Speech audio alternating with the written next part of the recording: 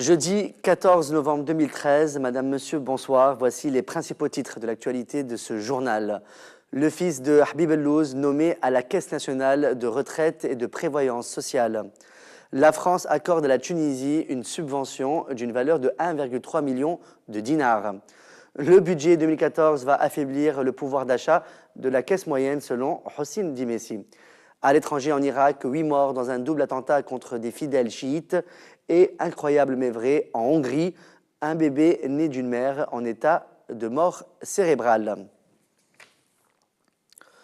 Suite au sit-in observé ce matin, 14 novembre, par les agents de la Caisse nationale de retraite et de prévoyance sociale, Express FM a publié une copie d'un document attestant la nomination d'Oussem El-Louz, fils de Habib El-Louz, au sein de la CNRPS. Le secrétaire général du syndicat de la CNRPS, Ali Fers, a déclaré à Express FM que ce document est adressé à Oussem El-Louz par le Premier ministre, l'informant de sa nomination à la CNRPS. Ce document est signé par Belges Mfetchichi, conseiller auprès du chef du gouvernement. Les magistrats ont suspendu leur travail aujourd'hui, jeudi 14, de 9h jusqu'à 11h du matin devant la Cour de cassation pour défendre l'indépendance de la justice. Selon l'Association des magistrats tunisiens, cette action vise à soutenir l'instance provisoire de la justice judiciaire. La vice-présidente de l'Association des magistrats tunisiens, Raouda Karafli, a annoncé que le sitting est réussi. Les magistrats ont exprimé leur frayeur quant à l'entremêlement du pouvoir judiciaire au pouvoir exécutif. Raouda Karafli a ajouté que le gouvernement s'accroche à la dictature instaurée par l'ancien régime en maintenant l'article 67.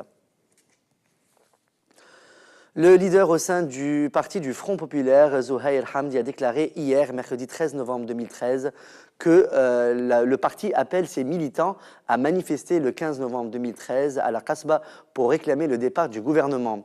Zouhair Hamdi a déclaré au micro de Shams FM, suite à une réunion du quartier avec les leaders du Front populaire, qu'il est impératif de choisir le prochain Premier ministre avant la fin de la semaine et avant la reprise du dialogue national, en ajoutant qu'il n'y a eu aucune évolution au niveau des négociations entre les partis. L'ex-ministre des Finances, Hossein Dimessi, a annoncé hier, mercredi 13 novembre, que le projet du budget 2014 peut grandement endommager le pouvoir d'achat de la classe moyenne. Hossein Dimessi a déclaré suite à une conférence de presse autour du budget de 2014 que ce projet va affaiblir plus et encore le pouvoir d'achat de tous les Tunisiens. Il a d'un côté mentionné le gel des salaires cette année et l'augmentation frénétique des prix d'un autre côté. À cela s'ajoutent les taxes qui ont été pour la plupart augmentées, ce qui fait que c'est la première fois au monde où le peuple tunisien se trouve dans une telle crise. Dans l'actualité internationale, un double attentat meurtrier a pris pour cible jeudi 14 novembre au sud de Bagdad un rassemblement de fidèles chiites qui célébraient l'Achoura, tuant 8 d'entre eux, ont indiqué des responsables. Plusieurs personnes ont été blessées dans ces deux attentats quasi simultanés survenus dans la localité de Hafriya, où les fidèles étaient rassemblés dans une tente, ont-ils précisé. Mercredi, 8 personnes sont mortes à la périphérie de Bakouba, à une soixantaine de kilomètres au nord de Bagdad, quand 3 attentats coordonnés ont visé un rassemblement de fidèles chiites. Une voiture piégée avait également explosé mercredi dans la ville de Kirkouk au nord, tuant un chiite qui distribuait de la nourriture aux fidèles et faisant 8 blessés. Une fusillade aurait éclaté aux alentours du lycée Brashear au Pittsburgh aux États-Unis, selon la chaîne américaine CBS. 3 personnes ont été blessées dans la fusillade, a confirmé la police de Pittsburgh. Un jeune homme de 17 ans a été touché à la tête, mais serait dans un état stable. La police est à la recherche d'un, voire plusieurs tireurs. Selon CBS, un témoin affirme qu'un tireur serait sorti d'un bois proche de l'école et aurait ouvert le feu.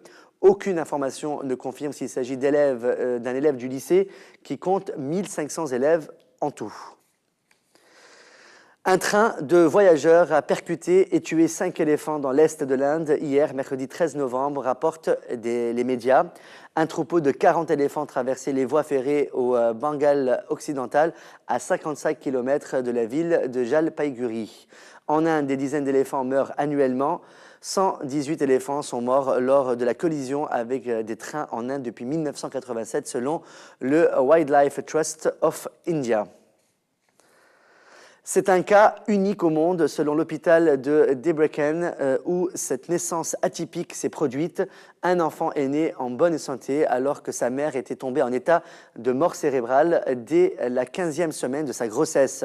Mis au monde à la 27e semaine de grossesse, il pesait seulement 1,42 kg à sa naissance, a précisé jeudi 14 novembre Bella Fouroudi, le président du Centre de sciences médicales de l'Université de Debrecen, devant des journalistes. Le bébé grandit déjà à la maison au sein de sa famille. Il a vu le jour durant l'été par césarienne, a indiqué le médecin. La femme, qui était âgée de 31 ans, était dans un état de mort cérébrale à la suite d'une hémorragie cérébrale survenue dans sa 15e semaine de grossesse. La famille est restée anonyme, ce que les lois hongroises garantissent en cas de don d'organes.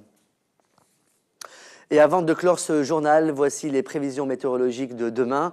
Le temps sera froid et parfois nuageux avec des pluies sur le nord, le centre et le sud. Un vent de secteur nord sur le nord et le centre et de secteur ouest sur le sud. Fort près des côtes de 40 à 50 km/h et faible à modéré de 15 à 30 km/h à l'intérieur du pays. La mer sera agitée et les températures seront en baisse sur le nord et le centre et stationnaires sur le sud. C'est la fin de ce journal. Merci de votre fidélité. On se retrouve demain soir pour une nouvelle édition. Passez une très bonne fin de soirée sur notre chaîne. À demain soir.